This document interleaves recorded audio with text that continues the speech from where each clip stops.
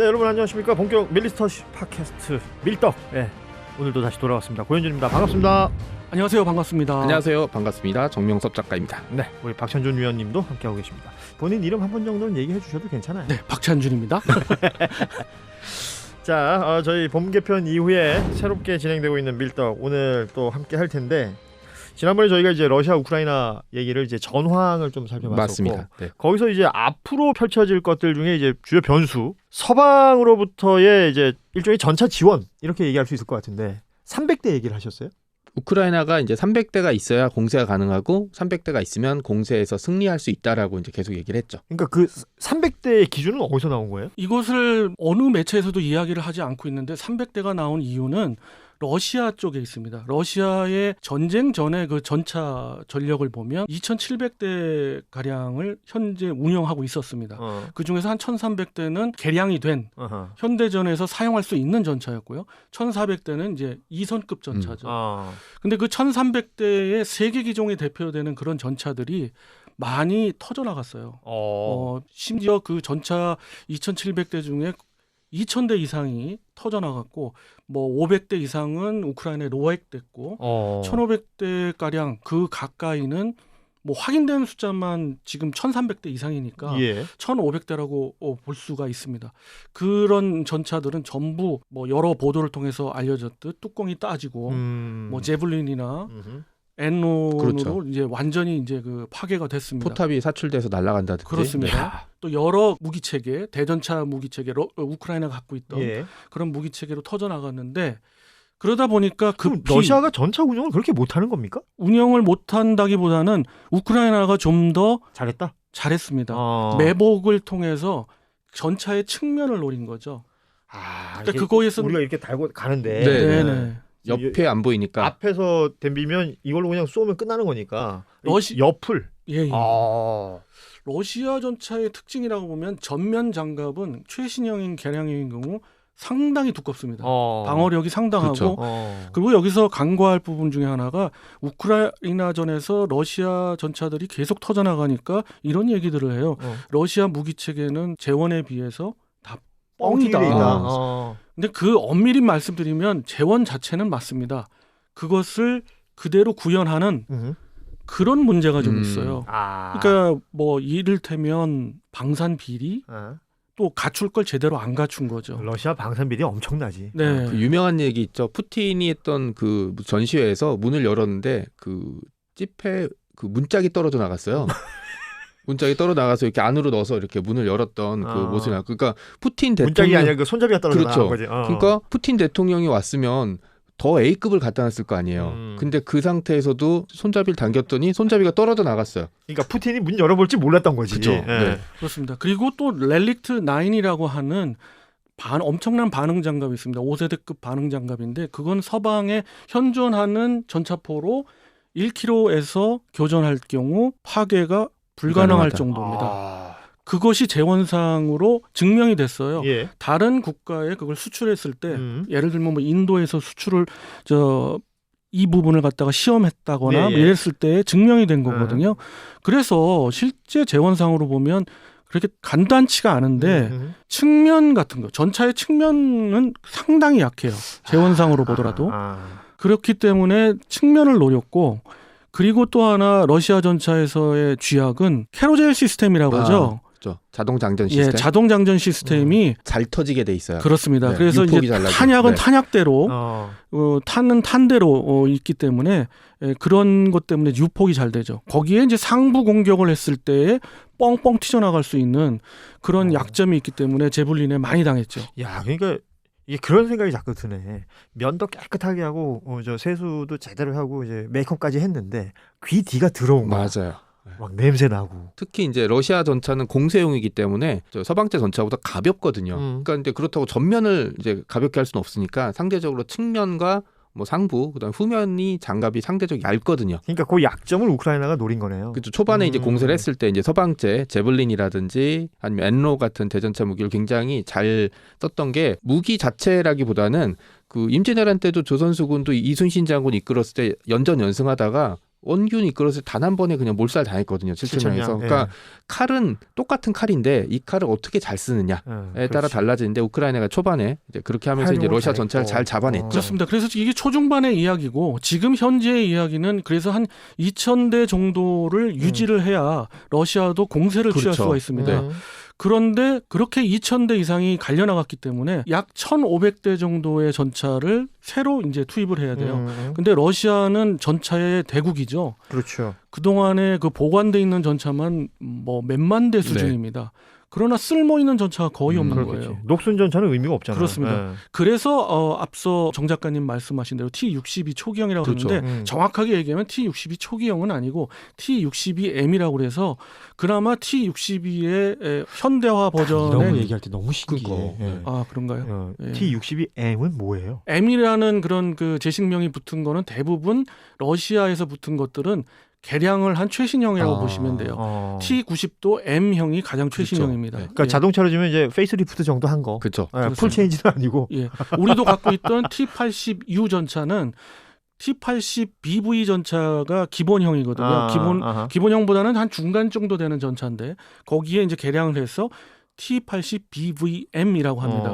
그래서 이제 그런 것을 보시면은 군사 잡지나 이런 걸 보실 때 끝에 M이 들어가면 최신형이겠구나 하는 건 이제 상식으로 알고 일종의 업그레이드를 한 거다. 그렇습니다. 근데 업그레이드는 했다고 해도 T62 같으면 그게 업그레이드 됐다고 쳐도 지금 전장에서 버틸 만한 전차는 아니죠. 그게 문제인 거죠. 그래서 포인트는 뭐냐면 2,000대 가까이의 전차 중에서 그래도 개량을 했던 앞서의 1,300대를 그 개전 전에 갖고 있던 그 전차들이 남아 있는 게 3개 기종으로 해가지고 450대 정도가 채 안 돼요. 다 해먹었구나. 그리고 나머지를 이제 그런 이제 2성급 전차로 채운 거예요.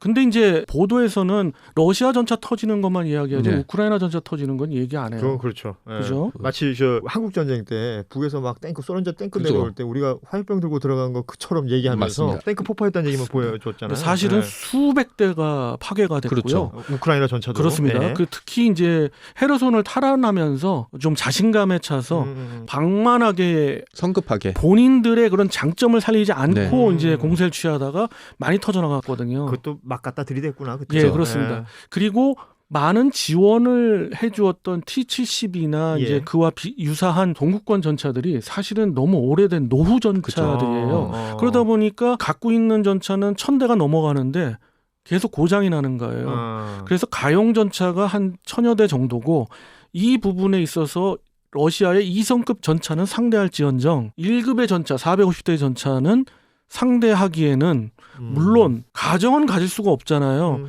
러시아의 전차가 아레나 능동방어 시스템을 갖고 있으면 도저히 상대가 안 되는데 그것들이 없다는 가정하에 두면 상대할 수는 있어요. 그렇죠. 하지만 우리는 그렇게 우크라이나 입장에서 그렇게 보면 안 되잖아요. 그렇죠.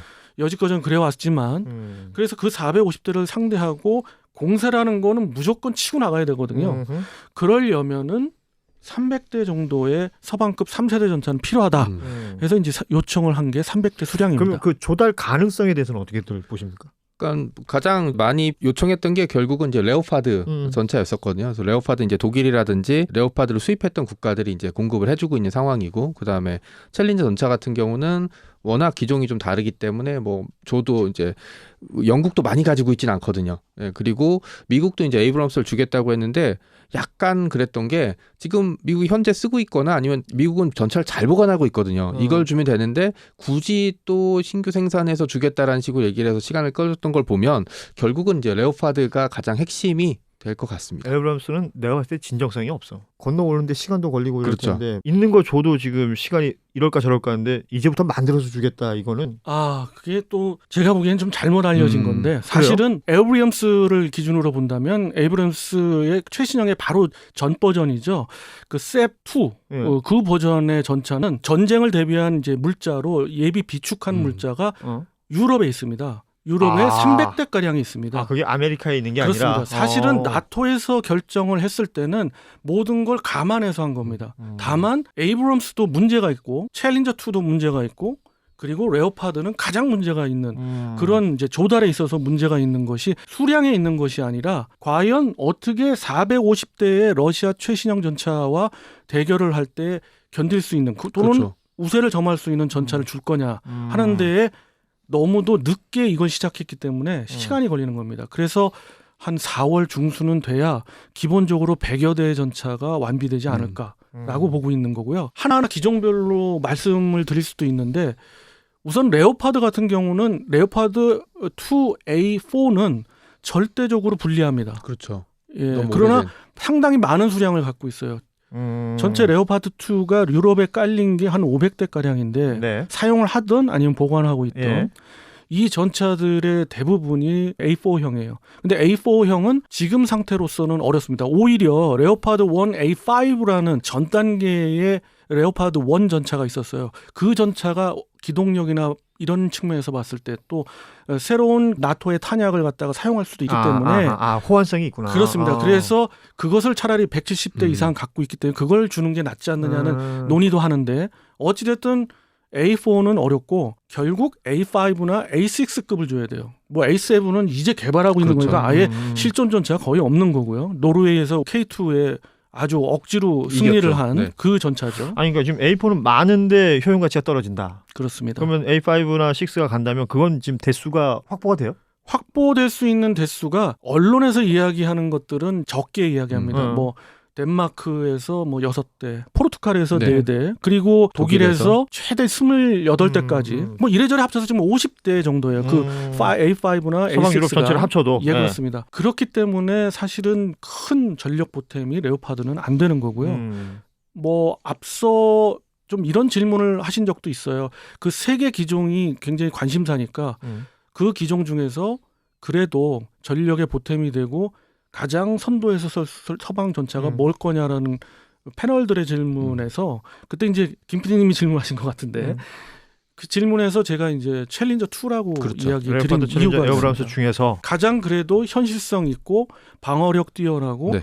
그리고 1000m 거리 이상에서 뭐 2000m나 심지어 4000m 거리에서도 러시아의 최신형 전차를 파괴할 수 있는 점착 유탄이란 탄을 갖고 있는 점착 유탄. 예, 그런 탄이 있습니다. 이제 뭐고는 좀 자세히 설명드려야 되는데 상당히 먼 거리에서 그리고 살상력이 뛰어납니다. 특히 전차 승조원들을 90% 이상 살상할 수 있는 그래요? 그런 탄인데요. 그 탄은 강선포에서만 발사가 돼요. 근데 서방제 지금 3세대 전차에서 강선포를 갖고 있는 전차는 챌린저 2가 유일해요. 지금 얘기되는 뭐 레오파드니 뭐 저 에어브람스니 이런 네. 건 다 아닌 거고. 그렇습니다. 네. 그렇기 때문에 현실적으로 챌린저 2가 제일 프런트에 쓰지 않을까 싶고요. 근데 이제 문제가 전차가 워낙 서방제 전차 중에서도 이질적인 존재거든요. 챌린저 2는. 그렇죠. 네. 그러니까 이제 숫자를 많이 줄 수 없기 때문에 영국은 항상 진심이었는데 러시아를 패는데 그렇지도 네. 않아요. 숫자를 많이 줄 수 없다고 이제 네네. 언론 보도에 그렇죠. 나오잖아요. 알려지고 네, 있죠. 사실 지금 227대를 영국이 운영하는데 예. 그 똑같은 기종을 보관하고 있는 전차만 158대가 있습니다. 그런데 러시아도 있잖아요. 그래서 이제 언론 보도상 알려지기로는 이제 14대 정도를 지원한다고 그러는데 이것이 가시화되면 더줄 수 있다는 거예요? 충분히 더 줄 수 있습니다. 그런 측면이 있고 에이브럼스는 열화 우라늄 장갑을 일단 걷어내고 그렇죠. 줘야 되기 때문에 사전 배치 물자라고 그러죠. 300대 아까 말씀드렸던 그 300대에서 다 줄 수가 없거든요. 빨리 줄 수도 없고. 그러니까 유럽에 있는 것들 중에서. 그렇습니다. 네. 그래서 레오파드 2 결론적으로 레오파드 2 시간 오래 걸린다. 에이브럼스 더 오래 걸린다. 당장 가능한 거 챌린저 2다. 그리고 가능하다. 이런 측면에서 볼 때 4월 중순에 만약 준비가 된다면 우크라이나가 공세를 취하지 않을까. 근데 이런 보도에는 예측을 챌린저 2 영국에서 뭐 줄 수 있는 게 몇 대 안 된다는 14대 식으로 그러니까 얘기가 나오는데. 딱 일개 전차 중대 병력이죠. 그러니까 여력은 충분하다. 그게 나온 게요. 원래 우크라이나 승조원들을 갖다가 훈련시킨 거 있지 않습니까? 예. 지금 훈련시키고 있지 않습니까? 그것이 딱 14대예요. 한 개 전차 둥대를 운영할 수 있는 전술도 가르쳐줘야 되잖아요. 그것 때문에 일단 표면적 발표가 14대입니다. 지금 타이밍상으로 봤을 때 4월 중순쯤 생각을 하신다라고 얘기를 하셨잖아요. 제가 보기에는. 예. 그럼 좋아요. 4월 중순을 기준으로 해서 지원이 됐다고 치고 서방의 전차들이 뭐 지원이 300대 정도? 네, 네네. 300대 정도 지원이 됐다고 치고 그럼 이제 러시아랑 붙을 거 아니에요. 이게 뭐 전면전으로 붙을지 국지적으로 붙을지는 모르겠습니다만 어떻게 보세요? 양상은 이렇습니다. 수로비킨 방어선이라고 굉장히 견고한 방어선을 돈바스와 또 남부 지역에 러시아가 구축을 해놨어요. 지금. 예. 왜냐하면 그들도 총공세를 알고 있기 때문에. 근데 이걸 어떻게 뚫을 거냐? 어느 지역을 간다는 거는 감히 말씀드릴 수가 없지만 그건 이제 점쟁이 정도가 맞출 거고. 예. 어찌됐든 수로비킨 방어선이라고 하는 데를 뚫어야 돼요. 근데 그걸 어떻게 뚫느냐? 제가 볼 때는 일단 하이마스와 그리고 그 미그 29에서 제이담 같은 그렇죠. 그런 류의 유도 폭탄을 떨궈서 일단 돌파구를 그렇습니다. 콘크리트 방어선을 파괴를 시키고요. 그러니까 먼저는 포병들이 쏜다. 네, 그렇습니다. 그 다음에 이제 그런 것이 많이 흐트러져 있지 않습니까? 뭐 용치들도 파괴됐을 거고, 그래서 길을 내줘야 되잖아요. 네. 그래서 우크라이나에 공병들이 투입될 거고요. 공병에는 지뢰 전차라든가 이런 뭐 지뢰를 갖다 제거하기도 전차, 하고요. 네.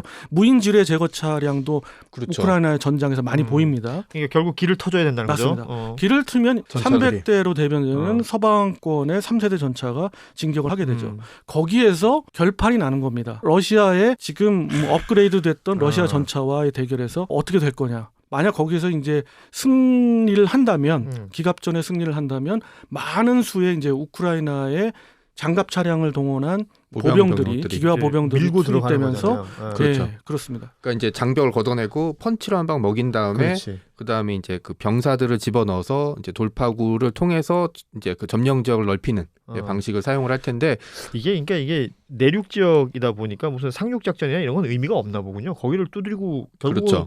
일종의 정면 돌파를 하는 수밖에 없다. 그렇습니다. 우크라이나 해군은 거의 절멸 상태이기 때문에 상륙작전이라는 건 상상할 수가 없고요. 그리고 뭐 튀르키예가 완전히 흑해를 봉쇄하고 있기 때문에 서방권도 못 들어가고요. 그거 참 어찌 보면 길은 하나네요. 그리고 이제 지형을 보게 되면 우리는 지평선을 보는 길이 드물잖아요. 전라도 정도에서 가서 볼 수 있는데 우크라이나 같은 경우는 다 평야예요. 그러니까 그 얘기는 이제 산지 같은 걸 통해서 우회기동이라든지 기습이라든지 이런 게 불가능하고 그러니까 말하자면 이제 옛날에 초원에서 그렇죠. 기마병들 막 달려오는 것 같은 그런 느낌이구나. 그러니까 2차 대전 때 같은 경우는 쿠르스크 전투 같이 전차끼리 결판을 낼 수 있었다면 지금은 전장 환경이 복잡하게 변했어요. 무인기도 등장할 테고 보병의 대전차 무기도 굉장히 뛰어나졌고 하니까 전차끼리 결판이 난다기보다는 어느 쪽이 이런 무기들을 잘 조합하고 상대방이 예상하지 못하는 타이밍에 예상하지 못하는 전력을 밀어넣느냐가 이제 결판이 날 것 같습니다. 타이밍도 중요하고 맞습니다. 예. 네.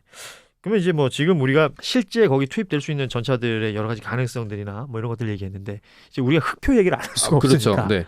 만약에 흑표라면 이걸 어떻게 좀 상상해 보자면요. 흑표가 간다면 게임 체인저가 될 수 있죠. 그렇죠. 그래요?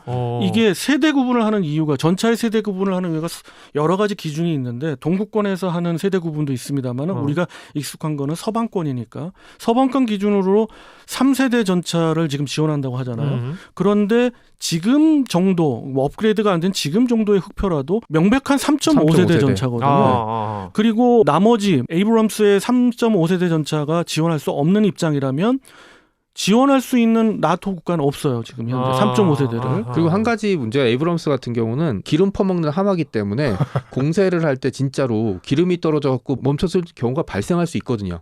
사실 가장 큰 문제가 기름을 너무 많이 사용을 해서 미국 정도나 돼야 이제 그 기름을 공급할 수 있죠. 네. 전시에도 기름값은 무서우니까. 그렇죠. 탄마저도 지금 열화 우라늄 탄으로 그렇죠. 에이브럼스의 우세가 항상 있어 왔잖아요. 근데 열화 우라늄 탄을 지원할 수가 없으니까. 그걸 걷어내버리고 텅스텐 탄자로 된 이제 날탄을 지원할 텐데 날개 한정 분리탄이죠. 네. 정확하게는 그 탄을 지원한다면은 에이브럼스의 어떤 우세도 별로 없는데 그렇죠. 우리는 열화 우라늄 탄과 거의 대등한 성능의 텅스텐 탄자를 가지고 있는 전차 포탄을 갖고 있어요. 풍산이는 대단하네. 전차의 진심이죠. 대포랑. 그러니 뭐 노르웨이나 폴란드나 루마니아나 다른 국가에서 흑표 하는 겁니다. 그렇기 때문에 흑표가 만약에 우크라이나 전장에 나타난다면 러시아의 지금 최신형 전차와 충분히 교전 가능하고요. 그것도 1km 밖에서 교전이 가능하기 때문에 흑표라면 게임 체인저가 될 수 있다. 맞습니다. 상당히 도움이 될 것 같습니다. 갑자기 오늘은 이제 마시기 전에 그 곰표 맥주라고 생각나네요. 흑표, 갑자기. 자, 오늘 얘기는 여기서 마무리하겠습니다. 여러분 유튜브로 함께해 주시는 분들 구독, 좋아요, 알림 설정해 주시면 고맙겠습니다. 댓글도 많이 남겨주십시오. 저희도 열심히 댓글 달도록 하겠습니다. 고맙습니다. 감사합니다.